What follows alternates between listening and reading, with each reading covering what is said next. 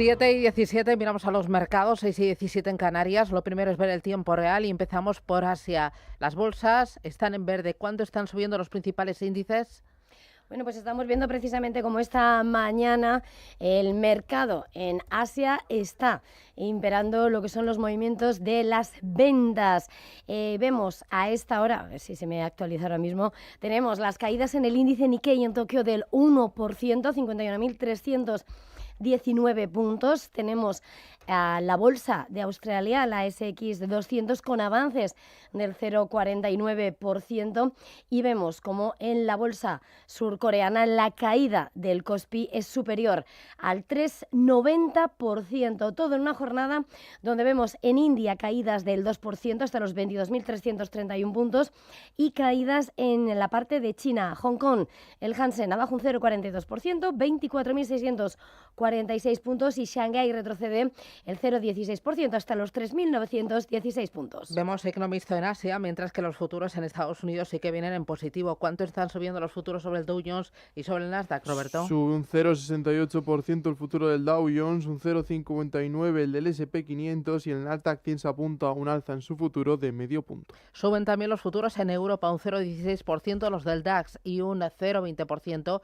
los del Eurostock 50. El índice del miedo, el llamado VIX de volatilidad, está recortando posiciones. Un 2% lo tenemos en $27,65. Y mirando las criptomonedas, pues pocos movimientos. Bitcoin $67.461 y Ethereum aguanta por encima de los 2.000.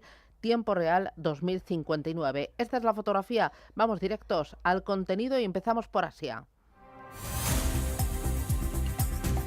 Bueno, y empezamos con datos macroeconómicos. Ojo, la actividad manufacturera de China vuelve a crecer y se expande a su ritmo más acelerado en un año. Pues sí, según el indicador oficial, se recupera tras 2 meses de contracción y alcanza los 50,4, mejor de lo esperado. Recordemos, 50 es lo que divide la contracción de la expansión económica.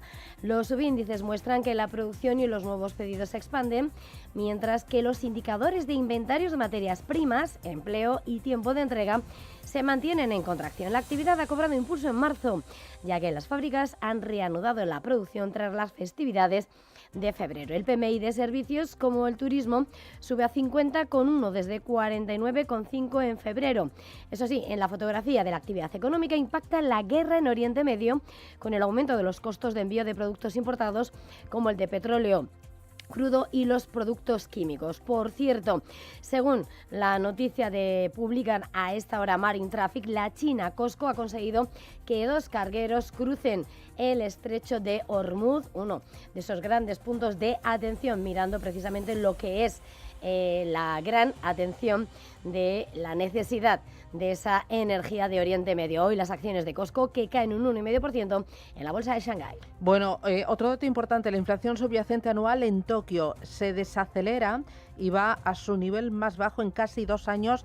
En marzo se mantiene por debajo del objetivo central por segundo mes consecutivo. Pues sí, en la fotografía ese efecto de los subsidios a los combustibles que compensa el aumento de los costos de las materias primas en medio de la debilidad del yen. El IPC subyacente de la capital de Tokio, que sirve como baremo, ha subido al 1,7% interanual, una décima menos de lo esperado, y en la subyacente, en la que excluye los alimentos frescos y los combustibles, sube al 2,3% interanual. Todo en un escenario donde la debilidad del yen y el repunte del petróleo podrían impulsar los precios en el futuro. Hoy, mirando la bolsa de Tokio, vemos como entre los valores más significativos tenemos al gigante inversor SoftBank cayendo un 2,60%. Vemos dentro del sector automovilístico los títulos de Honda que retroceden un 0,16%, mientras que Toyota pierde casi el punto porcentual, y entre esas grandes tecnológicas, Advantes, que pierde el 1,72%. Vamos ahora con Corea del Sur. Ojo, porque ha anunciado un paquete de estímulo de $17.300 millones para contrarrestar el impacto energético de la guerra. Medidas de emergencia para hacer frente a lo que está siendo la gran sacudida del coste de la energía mientras se extiende el conflicto en Oriente Medio. Ese presupuesto adicional, que en su moneda son 26,2 billones de wons, que lo que busca es mitigar el impacto de esa subida del precio del petróleo y las interrupciones en el suministro. Casi un tercio de esa partida se dedica a la reducción de los costos de combustible, incluyendo topes de precios, ayudas para hogares vulnerables, apoyo laboral y para industrias afectadas para el aumento de los costos logísticos y energéticos, con fondos adicionales para gobiernos locales y el pago de la deuda. El estímulo se va a financiar principalmente con ingresos fiscales superiores a los previstos, con un déficit fiscal proyectado del 3,8% del PIB y una relación deuda-PIB del 50,6%. Entre los títulos más destacados en la bolsa de Tokio, y vemos como entre los gigantes de los semiconductores, Samsung cae con fuerza hoy un 4,25%. También tenemos a SK Hynix desplomándose un 6%. Atención al sector de las aerolíneas. Cathay Pacific y mantendrá su capacidad operativa a pesar del aumento del coste de los combustibles para los aviones.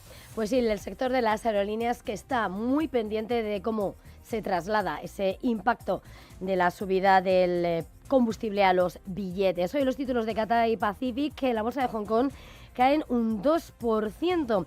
El director ejecutivo de la compañía, Ronald Lam, ha declarado a Reuters que la prioridad a corto plazo es mantener la capacidad de los vuelos, por lo que cualquier recorte sería un último recurso, incluso a pesar de que el conflicto en Oriente Medio esté elevando los precios del combustible. Hasta el momento, la aerolínea ha experimentado una mayor demanda de sus vuelos de larga distancia a Norteamérica, Europa y Australia desde que comenzó la guerra, lo que reduce significativamente el tráfico a través de Oriente Medio. Bueno, y una cosita más, es una empresa india de telefonía móvil, un auténtico gigante, se llama Bharti Airtel. Pues bien, ha recaudado $1.000 millones para centros de datos de Carlyle y de importantes firmas de capital privado. Sí, una vez que se cierre la transacción, esa ampliación de capital valorará a esa división de data center Nextra Data en $3.100 millones, según ha informado el gigante de las telecomunicaciones de India.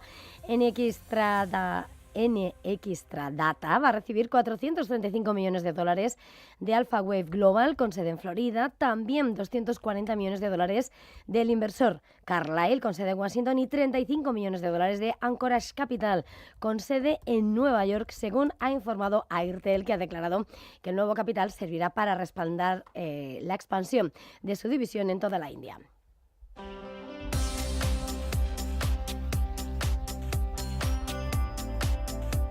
Miramos a Estados Unidos. Hoy conoceremos el índice de confianza del consumidor del Conference Board de marzo, la encuesta JOLTS de ofertas de empleo de febrero, y además publica resultados Nike. Ojo a las cuentas. Ayer, signo visto, subida plana del 0,11% para el Dow Jones, caídas del 0,39% para el S&P 500 y el Nasdaq recortó, Roberto, un 0,73%. El encarecimiento del petróleo después de las advertencias de Trump de destruir pozos petrolíferos en Irán si el país no abre el estrecho de Hormuz presionan a los índices. El West Texas se disparó un 5%. La caída también se ha visto agudizada por los valores tecnológicos que afectan al rendimiento del Nasdaq y del Standard & Poor's, aunque en las últimas horas los futuros del petróleo están cayendo un 1% después de que haya informaciones que apuntan que Donald Trump le habría dicho a sus asesores que está dispuesto a poner fin a la guerra con Irán sin reabrir el estrecho de Hormuz. Dentro del S&P 500 destacan las caídas de más del 5% de Hewlett Packard.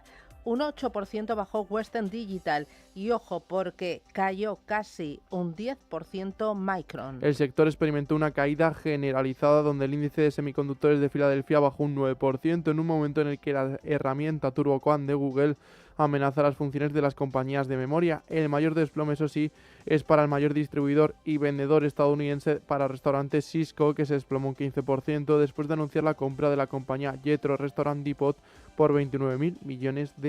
Bueno, dieron algo de soporte al mercado los mensajes ayer de Jerome Powell. En una charla en la Universidad de Harvard, el presidente de la Reserva Federal ha asegurado que el impacto de la guerra no está afectando a las expectativas de inflación a largo plazo. Esto ha sido acogido de forma positiva por el mercado, ya que aún quedan esperanzas de recortes de tipos para finales de este año. Así analizaba los principales riesgos para la economía el mandamás de la Fed.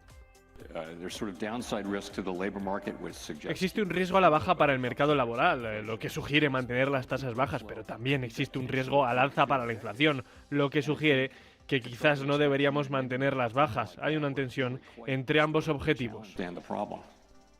Y muy importante, en las últimas horas hemos conocido que el secretario de Defensa, Pete Hegseth, habría intentado hacerse con fondos de defensa antes del estallido del conflicto de Irán. Financial Times publica en exclusiva que su corredor de bolsa Morgan Stanley contactó con BlackRock e intentó hacer una inversión multimillonaria en ETF Defense Industrial Active del gestor de activos. El medio informa que la inversión no se llevó a cabo porque el fondo no estaba disponible para que los clientes de Morgan Stanley lo compraran. El portavoz principal del Pentágono, Jim Parnell, ha declarado en X que la noticia es totalmente falsa y fabricada.